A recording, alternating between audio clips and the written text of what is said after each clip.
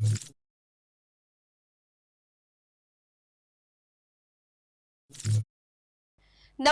હું છું પ્રિયા અને તમે જોઈ રહ્યા છો જનતા કી જાણકારી ન્યૂઝ। નજર કરીએ આજના સમાચાર। લીંબડી ખાતે નવનિર્મિત એસટી ડેપો વર્કશોપનું ખાતમુહૂર્ત। આશરે 6.11 કરોડના ખર્ચે આધુનિક વર્કશોપ નિર્માણ।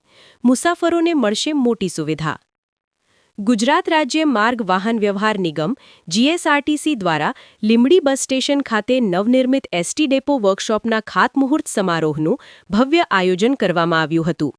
આ કાર્યક્રમમાં શહેરી વિકાસ અને ગૃહ વિભાગના મંત્રી શ્રી દર્શનાબેન વાઘેલા, સુરેન્દ્રનગરના સાંસદ ચંદુભાઈ શેહોરા, રામકૃષ્ણ મિશનના મહારાજ, લીંબડીના ધારાસભ્ય કિરીટસિંહ રાણા, ભગીરથસિંહ રાણા, સતવારા સમાજના પ્રમુખ શંકરભાઈ દલવાડી, વિભાગીય નિયામક H S. Joshi, Limbdi ST depot manager, Limbdi taluka panchayat તથા જિલ્લા પંચાયતના કારોબારી ચેરમેન, સામાજિક ન્યાય સમિતિના સભ્યો, લીંબડી નગરપાલિકા પ્રમુખ, ભાજપના આગેવાનો સહિત મોટી સંખ્યામાં નાગરિકો ઉપસ્થિત રહ્યા હતા।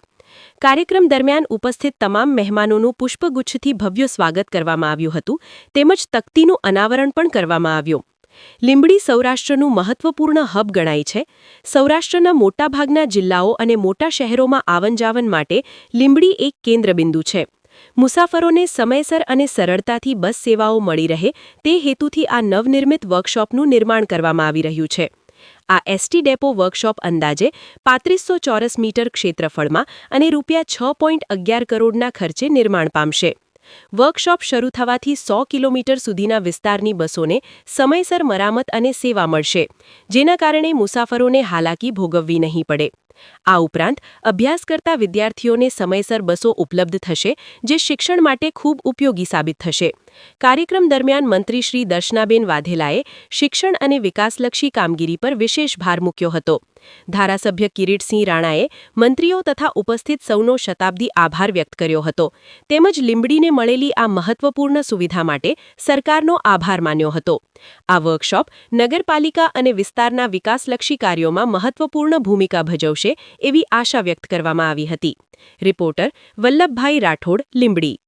ઓનલાઈન રિઝર્વેશન કરીને મુસાફરો બેઠા હોય અને એ રજડી પડતાના બનાવ સાહેબ ઘણી વખત બને છે। એનું કારણ એ છે કે મોટાભાગની બસો જે છે એ લીંબડી એસટી બસ સ્ટેશનની અંદર આવતી નથી અને બાયપાસ નીકળી જાય છે। આ બાબતે સ્થાનિક ડેપો મેનેજરને લોકો રજૂઆત કરે છે, પણ તેમ છતાં હજી સુધી આ પ્રશ્ન સોલ્વ થયો નથી। આ બાબતમાં સાહેબ આપ શું કહેશો?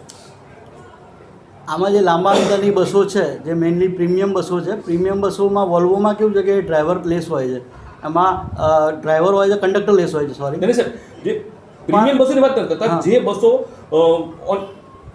આમાં રેગ્યુલર બતાવે છે અને બુકિંગમાં બતાવે છે, એ બસોનું બુકિંગ કરાયા પછી પણ એ બસ લીંબડી ડેપોમાં નથી આવતી અને બાયપાસ પુલ ઉપરથી બાયપાસ નીકળી જાય છે અને મુસાફરો બસ સ્ટેશનની અંદર ટિકિટ બુક કરાયા પછી બેસી રહે છે। એટલે એ પણ એવી ફરિયાદ જો અમારા ધ્યાને આવે છે તો સંલગ્ન આમાં કેવું છે કે અહીં અમારા 16 વિભાગની 125 ડેપોની બસો પાસ ઓન થતી હોય, જે પણ બસો સૌરાષ્ટ્ર પાસ ઓન થતી હોય એ લીંબડી હાઈવે થઈને જ જતી હોય છે, લીંબડી બસ સ્ટેન્ડ થઈને જ જતી હોય છે। એ જે પણ એવી બસ ધ્યાનમાં અમારે આવે ને કોઈ મુસાફરની ફરિયાદ આવે તો અમે જે તે કન્સર્ન વિભાગને તેના વિભાગીય નિયામક, પરિવહન અધિકારી અને ડેપોમેન્ટને જાણ કરીએ છીએ અને પેસેન્જરને રિફંડ મળે ને ભવિષ્ય આવો ના બનાવો ને એના માટે ક્રૂ સામે પણ અમે પગલાં લઈએ છીએ। જી સર, હવે સુરેન્દ્રનગરનો દુધરેજનો પુલ જે ઘણા સમયથી બંધ હતો એના હિસાબે કચ્છમાં નવા 2 રૂટો શરૂ કરવાની અગાઉ વાત કરવામાં આવી હતી। હાલ સાહેબ એ રૂટ બ્રિજ ચાલુ થઈ ગયો છે, તો કચ્છ માટે નવા રૂટો સાહેબ શરૂ થશે કે કેમ? અત્યારે 2 રૂટ તો ચાલુ જ છે, અમદાવાદથી ભુજ અને અમદાવાદથી નારાયણસરોવર વાયા લીંબડી, એ 2 રૂટ ચાલુ છે। એમાં આવક સારી છે અને ટૂંક સમયમાં અમારે નવા ડ્રાઈવરો આવવાના છે। એ નવા ડ્રાઈવરો આવવાથી જે પણ પ્રજાની જે માગણી હશે એ પ્રમાણે કચ્છ તરફના નવા રૂટો પણ આપણે ચાલુ કરશું।